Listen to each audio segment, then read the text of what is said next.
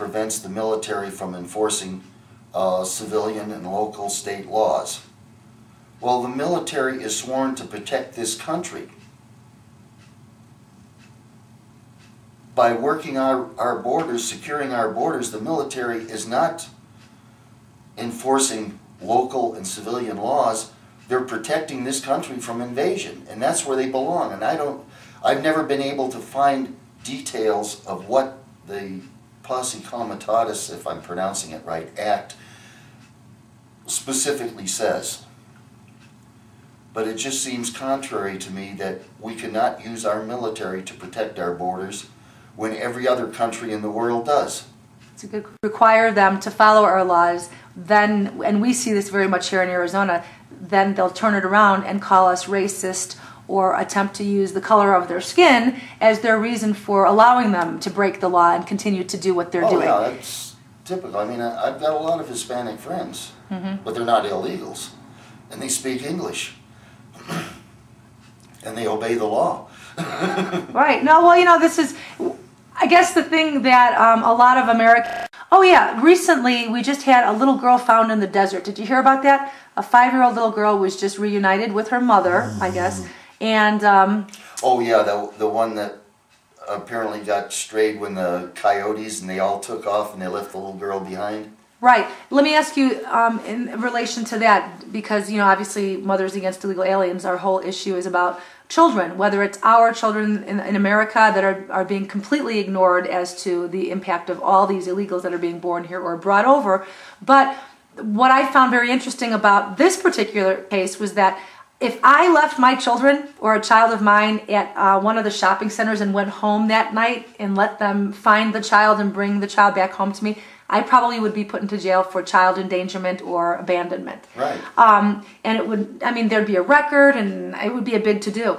But when we see illegal aliens crossing our desert, the women or the coyotes or what have you, bringing babies over and children dying in the desert or being lost in the desert, it's almost a hero's story. We hear that when the child gets found or reunited, and nobody talks about child endangerment or anything like that, and the child gets put back with the parent. It's beyond a double standard. It's complete danger for these children that these people put their children in, and yet nobody talks about this. It's more of a hero's welcome they get if they find the child. What do you think? What do you think? Well, like in that particular case, if I'm not mistaken, the child was just returned to the mother, but they are back in Mexico. Of course, so next week they'll probably be coming back across the border again. But right. Well, the fact that Mexico doesn't do anything about the... I mean, obviously they want these people here. Mexico could care less about the whole situation other than to shoo as many of their people as they can across into the United States. Well, what do you think the impact is, though? I mean, for you, looking at... I've got 2 small kids, and these women that are bringing all their children over aren't just impacting my children and potentially my grandchildren, what kind of future are they actually going to have with what's happening today? But all the children in America that belong here, nobody seems to focus on these women and their children that they're bringing here that don't belong here. What do you think about that? That they're in our schools? If some of these children have TB and they're going to school with our children in the schools, and children in California they've got positive tests for being in contact with TB, which only increases the American family having to bring their child to the doctor and to pay more out of their own pocket. So it's a continuous, thing that's going on. But nobody, our government, our president doesn't talk about our children. That's one of the things that the immigration situation really hasn't even addressed. It's furniture.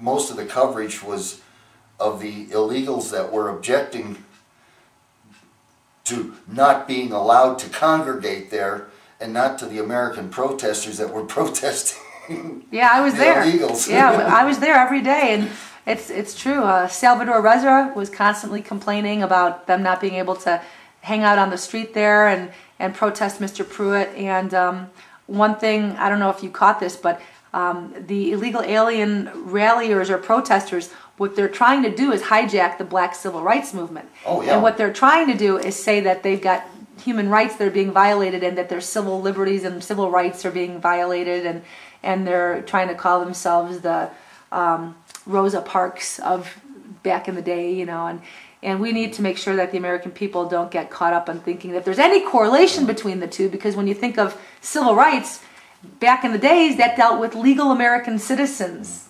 Well, when you talk about civil rights, constitutional protections and everything, a lot of people like to use the opening of the Constitution, we the people. Of the United States. But they don't go far enough. We the people of the United States, not the people of the world. That's true. That's good.